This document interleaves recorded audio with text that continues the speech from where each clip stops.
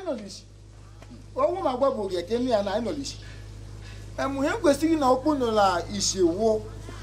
And when so many empowerment for youth of work, which in so many graduates in the go track on the shit them.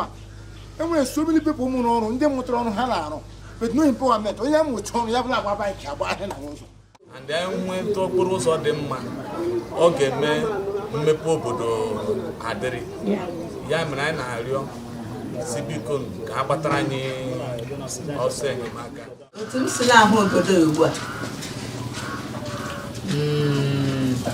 Ọ dị Chineke n'aka anyị na-achọkwu ụlọ achị ka ụmụ okorobịa anyị na-eme nke ọma gosi ha mewe nke ọma obi ga-ele aka anyị ụtọ.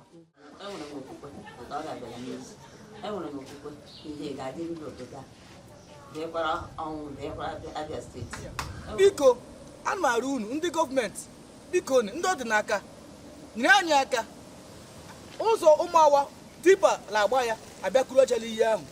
O nwere ụmụ youth ndị dị willing to hustle mana ka emepụrụ ha mechire ha ụzọ ha gichi lagakọta ọkụ ahụ. Àwọn afọ ihe nkwa ọmụmụchi n'obi ala n'ụbọchị taa ihe ọma ga na-akwụ n'ebe ọ bụrụ nna ga n'aha Jizọs. Gọọmenti ga-enye anyị aka n'ichere anyị ụzọ. Ọ ga-eme ma alụmalụ ma ndị anyị ga-egbu ma alapụta. Insecurities. Killing of people. Mohi. You are not secured. None of your things is secured. Yeah.